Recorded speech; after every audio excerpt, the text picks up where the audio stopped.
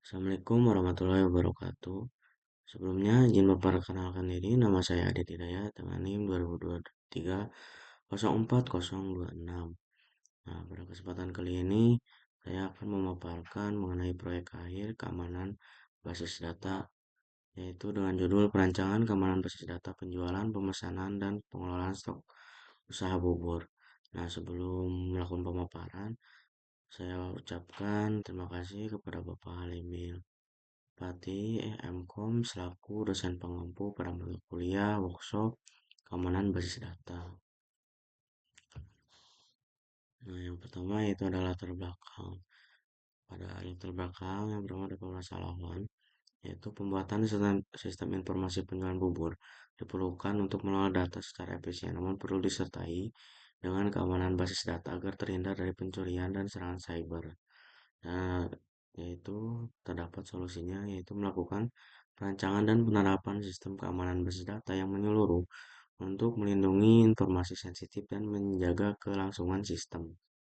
Dan dengan menggunakan metode skema basis data, layar keamanan, keamanan definisi basis data, dan keamanan basis data relasional, yaitu dengan tujuan melindungi data dari ancaman, menjaga kelancaran operasional sistem, meningkatkan kepercayaan pelanggan, dan mendukung keberlanjutan usaha secara aman. Selanjutnya yaitu keamanan database. Keamanan database merupakan upaya yang dimana untuk melindungi data yang tersimpan dalam database agar hanya pengguna yang dapat mengakses dan mengelolanya, sekaligus menjaga kerahasiaan, integritas, dan ketersediaan data tersebut. Langkah keamanan meliputi autentifikasi pengguna, pengaturan akses, enkripsi data, pencatatan aktivitas, serta perlindungan terhadap serangan dan kehilangan data agar informasi tetap aman dan terpercaya. Selanjutnya itu ada komponen yang digunakan. Pertama ada hardware, yaitu yang digunakan laptop Acer Nitro V15 dengan Intel Core i5 generasi ke-13 dengan RAM 16 dan SSD 512 GB. Lalu ada software yang dimana yaitu sistem operasi Windows 11 64 bit, lalu ada VMware Workstation, lalu ada Ubuntu Server 2404 LTS dan MySQL sebagai server database-nya sendiri. Lalu di sini ada arsitektur untuk perancangan keamanan basis data. Yang pertama ada hardware-nya, yaitu host sebagai server lokal yang digunakan. Lalu ada VMware Workstation sebagai tempat virtualisasi server. Lalu ada firewall yang dimana berfungsi untuk melindungi keamanan server dengan menggunakan firewall IP tables. Lalu selanjutnya ada Ubuntu Server 2404, server yang stabil untuk database server.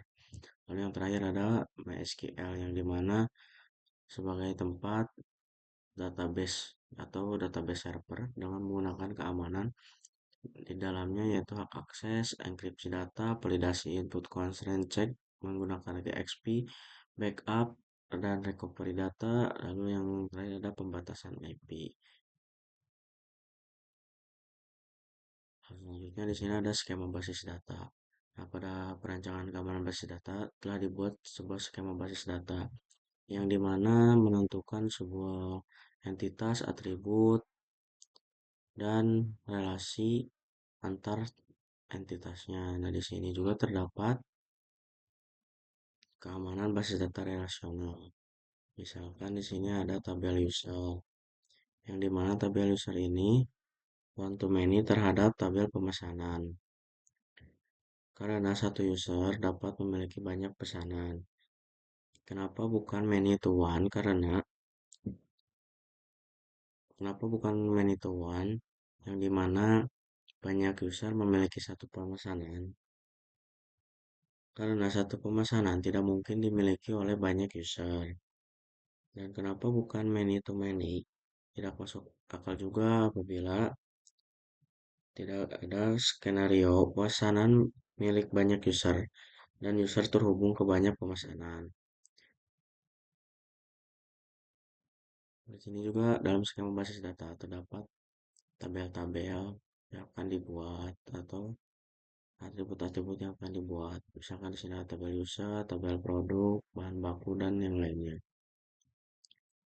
Lalu selanjutnya ada layar keamanan database. Nah, pada layar keamanan database ini memiliki 5 layar. Yang pertama ada layar fisik, yaitu tempat untuk melindungi server secara langsung, misalkan dengan ruang khusus dan akses terbatas. Lalu yang kedua ada layer perangkat lunak, yaitu melakukan pengawalan sistem melalui konfigurasi MySQL, firewall, dan melakukan logging aktivitasnya sendiri. Lalu ada proses, yaitu dapat menerapkan sebuah SOP seperti backup dan melakukan kontrol akses. Lalu ada pengguna, yaitu memberikan pembatasan mengenai hak akses untuk pengguna, lalu menggunakan password yang kuat dan melakukan pemantauan aktivitas dengan melihat pada logging. Lalu yang terakhir yaitu layer keamanan data, yang dimana proses melindungi data dengan enkripsi, validasi input, lalu ada constraint dan backup secara berkala.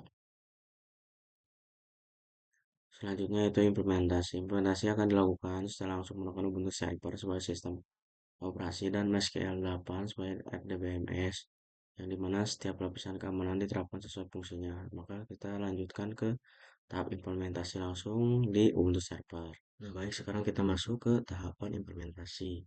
Nah, sebelum memulai tahapan implementasi, pertama persiapkan dulu virtual machine dan juga sistem operasi Ubuntu Server yang akan digunakan.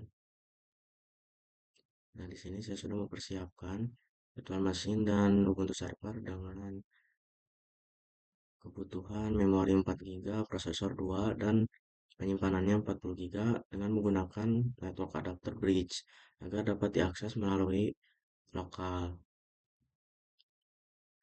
Oke, selanjutnya kita persiapkan juga MySQL-nya. Di sini saya menyiapkan SQL versi 8.042. Nah, dalam MySQL ini terdapat 3 plugin untuk pengguna, yang dimana itu merupakan plugin yang memiliki beberapa perbedaan. Yang pertama ada OutSocket. Nah, OutSocket ini biasanya digunakan untuk user root, yang dimana nantinya pada saat jadi OutSocket itu berdasarkan user yang sedang login dalam Ubuntu Server. Jadi apabila nantinya user root, maka dalam MySQL pun akan menggunakan user root. Kenapa OutSocket biasanya digunakan untuk user root? Karena user root itu tidak boleh diakses melalui komputer manapun. Nah, lalu selanjutnya ada caching. Nah, untuk caching sendiri merupakan plugin keamanan terbaru, yang dimana plugin yang paling aman. Lalu yang selanjutnya ada MySQL Native. Nah, untuk MySQL Native itu plugin yang paling relevan, yang dimana dapat digunakan oleh berbagai klien untuk MySQL sendiri. Nah, baik. Pertama kita masuk ke user root.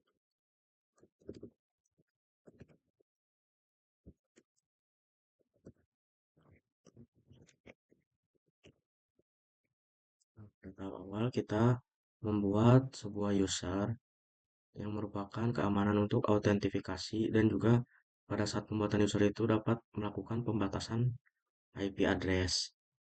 Nah, di sini saya membuat create user dengan nama Dadi, add dengan pembatasan IP address 192.168.63 dengan wildcard atau persen, yang dimana seluruh IP dengan segmen 63 dapat menggunakan user Dadi dengan menggunakan plugin MySQL Native Password. Nah, selain membuat sebuah user juga, kita dapat memberikan hak akses, yang dimana nantinya menjadi sebuah akses untuk user sendiri dalam melakukan query-query ataupun batasan yang diberikan kepada user tersebut. Misalkan user tersebut nantinya tidak dapat menghapus database ataupun database yang diberikannya apa saja. Nah, di sini saya memberikan hak akses terhadap user tadi dengan hak akses select dan update saja pada atau on DB penjualan bubur dengan tabelnya seluruhnya atau bintang menggunakan perintah grant. Kita enter query OK. Nah, kita coba akses melalui klien Windows dengan IP address yang sama. Kita panggil dengan menggunakan perintah MySQL min-u atau min usernya siapa. Misalnya di sini tadi, lalu minha hostnya, yaitu merupakan IP address dari servernya sendiri dengan juga option min-p yaitu menggunakan password. Kita masukkan passwordnya. Nah, di sini dengan IP segmen yang sama, maka dapat melakukan akses terhadap user yang sudah dibuat tadi atau yang baru tadi dibuat. Nah, sekarang kita coba akses melalui IP yang berbeda. Nah, di sini saya menggunakan Ubuntu desktop untuk melakukan aksesnya. Nah, kita lihat di sini menggunakan IP berapa. Di sini dapat dilihat bahwa Ubuntu desktop ini menggunakan IP segmen 100. Nah, kita coba lakukan akses yang telah dibuat tadi dengan menggunakan IP segmen berbeda di sini. Opsi password kita masukkan passwordnya. Nah, di sini ada keterangan tidak dapat connect terhadap server MySQL-nya. Nah, apabila kita mencoba login dengan password yang salah, nah kita coba exit terlebih dahulu di sini. Lalu opsi lagi, nah kita coba lakukan dengan password yang salah. Maka akan ada pemberitahuan using password yes pada user tadi. Jadi autentifikasinya berhasil dilakukan apabila kita memasukkan password yang salah dan juga pembatasan IP-nya juga telah berhasil. Nah, sekarang kita kembali masuk lagi ke dalam user dari tadi ini.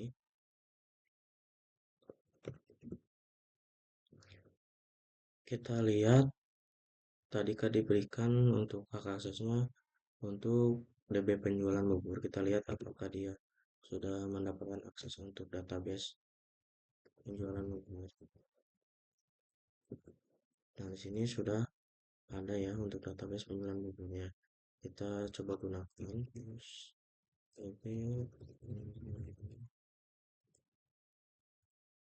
nah, di sini sudah digunakan penjualan buku. Lalu kita show tables. Tadi kan kita memberikan seluruh tablesnya. Kita cek show tables. Nah, di sini seluruh tabelnya sudah diberikan juga untuk aksesnya. Sekarang kita cek ke tabel produk. Kita coba select ke seluruh datanya from DBL produk. Nah, karena tadi diberikan hak aksesnya hanya untuk melakukan select dan juga update, kita coba lakukan penghapusan salah satu data, yaitu dengan perintah delete from DBL produk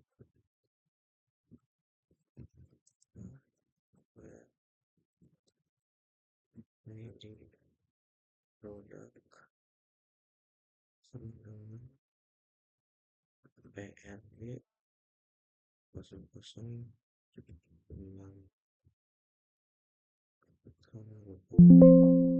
Nah, di sini untuk action atau perintah delete-nya tidak dapat dilakukan oleh user karena tadi kita membatasi aksesnya hanya untuk perintah select dan di update saja. Untuk selanjutnya, kita akan melakukan sebuah pembatasan yaitu penggunaan unique, not null, dan constraint check dengan menggunakan regular expression. Kita gunakan dulu database-nya, use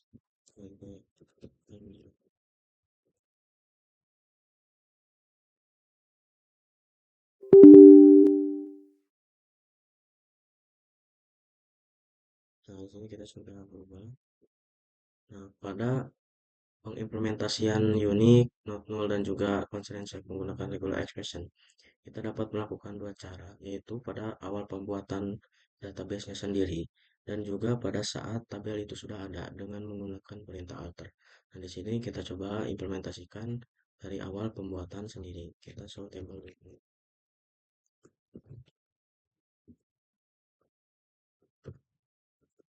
Nah, di sini kita akan coba buat ulang untuk tabel produk. Kita hapus terlebih dahulu tabel produknya, drop tabelnya, produk. Maaf, kita coba drop kembali ternyata drop tabelnya lupa. Drop tabel produk. Nah, di sini tabel produknya sudah terhapus. Dan saat pembuatan ulang tabel menggunakan constraint set, di sini saya menggunakan perintah create table untuk tabel produk. Lalu dengan atribut-atributnya. Nah, di sini untuk nama produk diisi not null dan juga harga desimalnya juga not null. Terus ini menambahkan constraint check dengan nama check ID produk format. Dengan formatnya awalannya menggunakan PRD. Lalu selanjutnya dimulai angka dari 0 sampai dengan 9 dengan batas 4 karakter. Jadi misalkan PRD 001 kayak seperti itu. Lalu selanjutnya ada nama produk. Nah, di sini nama produk hanya diizinkan menggunakan alfabet atau abjad dari A sampai Z, entah itu kecil ataupun besar dan tidak dapat menggunakan angka. Lalu di sini cek stop positif yang dimana nanti stopnya tidak dapat diisi menggunakan stop minus. Jadi misalkan nanti menambahkannya min 100, nah itu tidak bisa, hanya bisa lebih dari 0 seperti itu. Oke, kita coba melakukan insert. Nah, dengan insert kita menggunakan perintah insert into table product dengan menambahkan atributnya, lalu value-nya di sini PRD 001 bubur ayam dengan nama produknya, lalu 7.000 harganya dan stoknya 10. Ini untuk fotonya.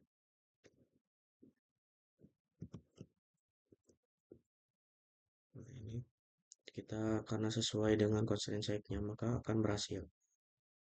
Kita coba lakukan dengan constraint type yang tidak sesuai. Misalkan di sini kita tambahkan angka bubur ai 4M gitu. Yang kita enter. Nah, di sini ada cek nama produk alpha is violated.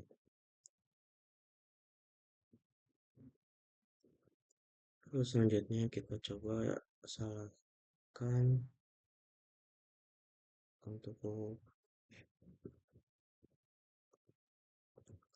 harganya menggunakan alfabet.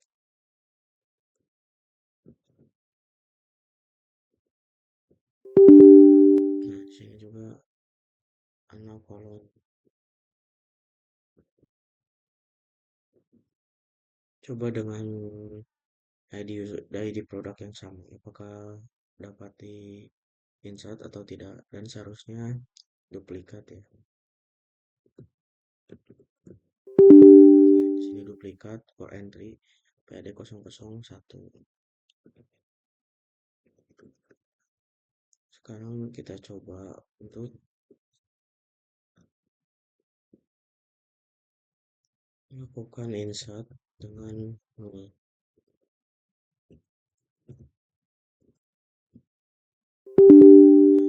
sini ada peringatan kolom nama produk cannot be null.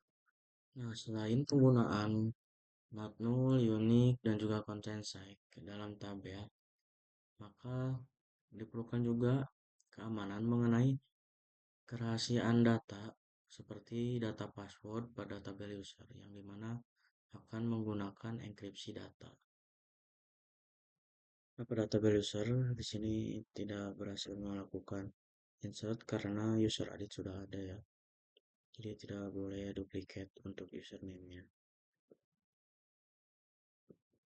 Sekarang kita coba lakukan untuk menggunakan user ID saja. Sini untuk username-nya edit kita enter. Di sini query oke, kita cek apakah passwordnya sudah dienkripsi atau belum. Select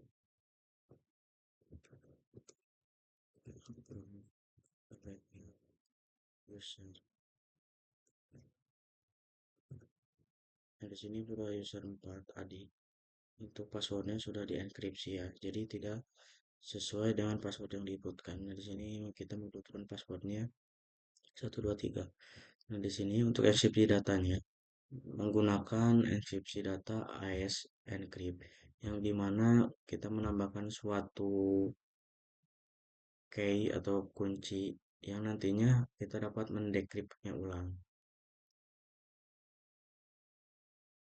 Selanjutnya itu kita melakukan backup data yang dimana backup data ini merupakan suatu langkah yang penting dalam keamanan database, terutama dalam layar keamanan data, yaitu untuk menjaga integritas dan keberlangsungan data yang ada, yaitu menggunakan backup data yang di sini saya akan melakukan backup pada database penjualan bubur dan nantinya akan disimpan pada backup bubur.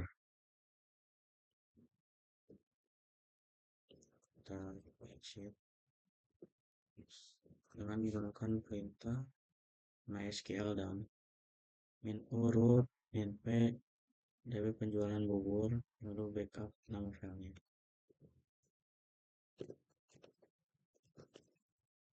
Nah, kita berhasil lalu kita lakukan restore dengan perintah yang sama tapi kita rubah db-nya menjadi backup bubur. Di sini proses backupnya telah selesai. Lalu kita masuk kembali.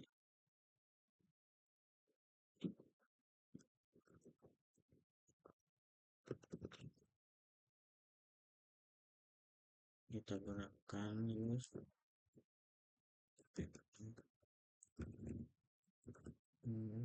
kita enable.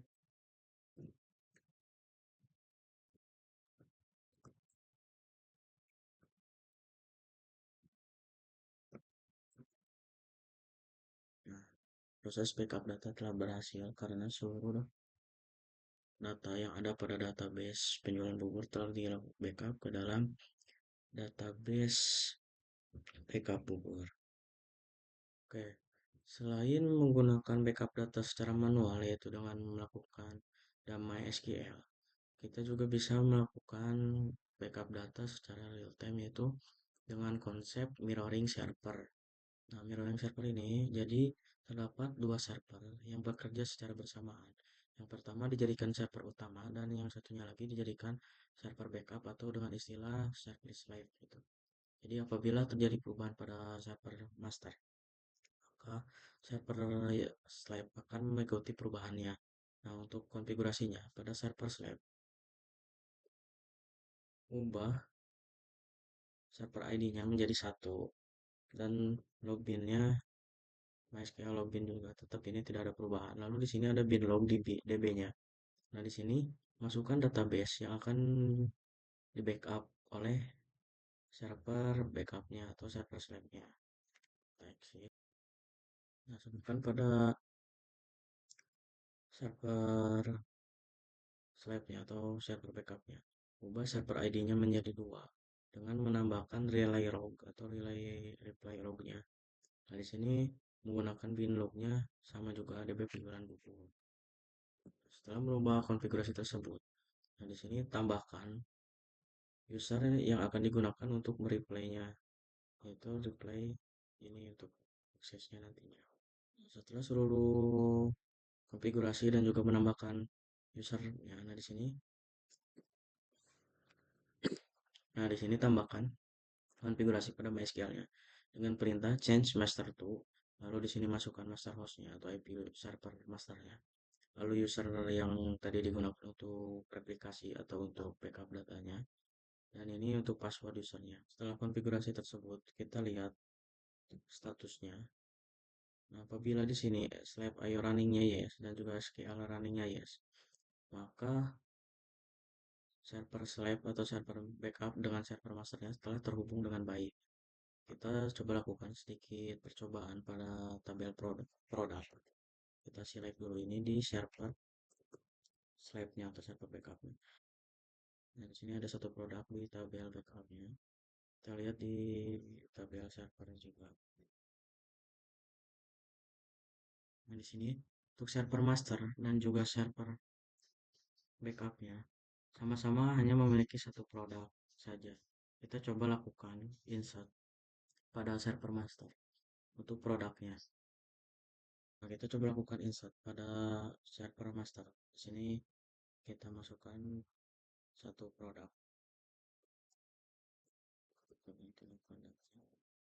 Kita insert.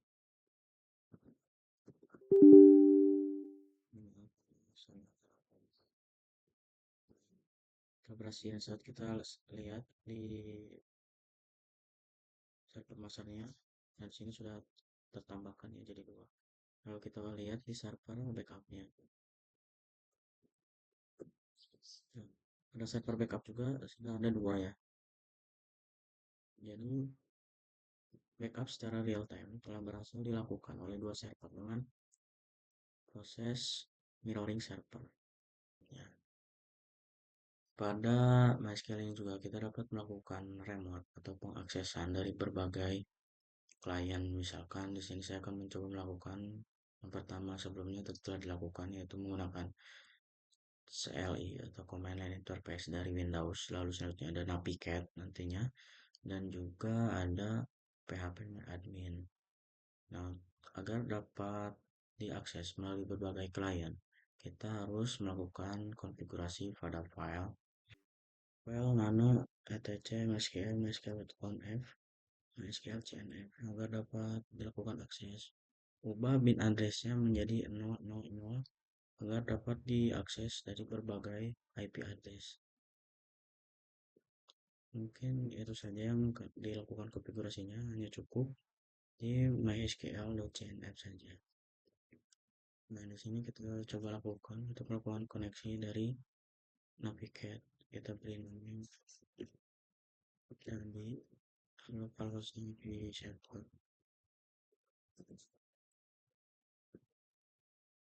dengan name-nya. Kita tes dulu koneksinya. Di sini dapat terkoneksi ya. Kita klik OK. Maka akan terdapat dari penjualan bubur. Nah, untuk hak aksesnya juga akan tetap hanya select dan juga update. Nah, di sini kita coba lakukan hapus atau record. Delete record. Nah, maka akan lebih tahu bahwa delete comment tidak dapat dilakukan oleh user dari. Lalu selanjutnya kita temukan akses melalui PHP admin. Di sini kita gunakan usernya tadi, lalu masukkan passwordnya. Nah, di sini kita berhasil login dan hanya DB penjualan bubur saja yang ada satu produknya.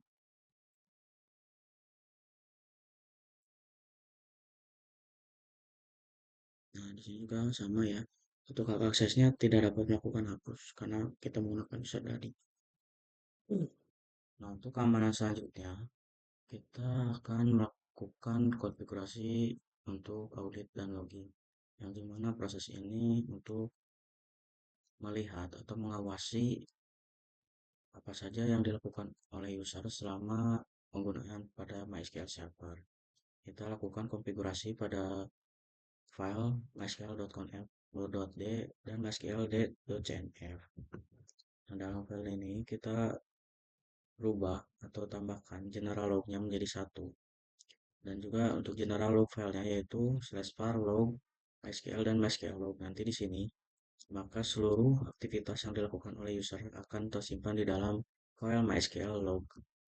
Kita coba periksa. Nah, di sini dapat dilihat ya berbagai aktivitas yang dilakukan oleh user di sini, misalkan query, delete from, ini query-query yang digunakannya. Lalu ini menggunakan database apa, sehingga banyak tuh query-nya. Jadi berbagai kegiatan atau aktivitas yang dilakukan oleh user akan tersimpan di dalam MySQL log ini. Dari hasil implementasi yang telah dilakukan dan juga pengujian, maka dapat disimpulkan bahwa sistem keamanan MySQL di Ubuntu Server telah diterapkan dengan baik mulai dari autentifikasi yang membatasi akses hanya untuk pengguna dan IP yang valid, dan hak akses yang dikonfigurasikan sesuai kebutuhan dari user sendiri, dan juga data sensitif yang dienkripsi saat disimpan maupun ditransmisikan. Constraint yang digunakan untuk menjaga integritas data, sementara audit, logging, serta backup dan recovery berjalan dengan baik. Firewall IP table juga dikonfigurasikan untuk membatasi akses jaringan hanya dari sumber yang sah, sehingga risiko serangan dari luar dapat diminimalkan. Oke, mungkin cukup sekian presentasi atau pemaparan mengenai proyek akhir pada mata kuliah workshop keamanan basis data. Mohon maaf apabila kata-kata yang salah. Wassalamualaikum warahmatullahi wabarakatuh.